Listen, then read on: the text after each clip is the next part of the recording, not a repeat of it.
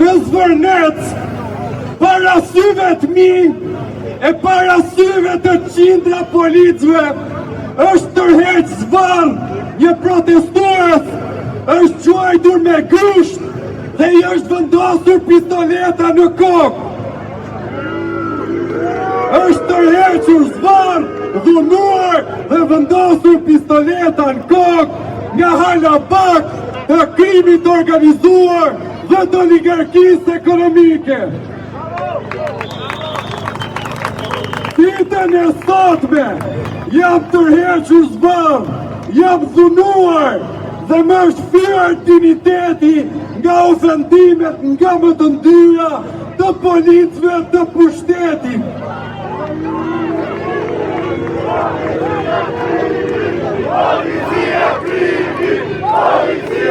Ju lutem shumë, a është zbatim ligji të ofendohet familja ime nga hala bak policë?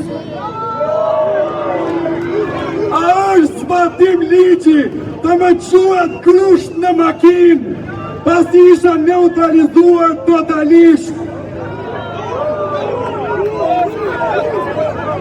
Kjo nuk është zbatim ligji, as në Zvërnec dhe as ajo çfarë ka ndodhur sot. Por e vërteta duhet thënë qartë. Ne jemi këtu sepse politikanët e këtyre 36 viteve kanë ndërtuar një sistem ku pasuria është përqendruar në një grusht njerëzish super të pasur, të kripur me para dhe me para të vjedhura, duke shfrytzuar punën tonë, pasurinë tonë të përbashkët, duke shfrytzuar Shqipërinë.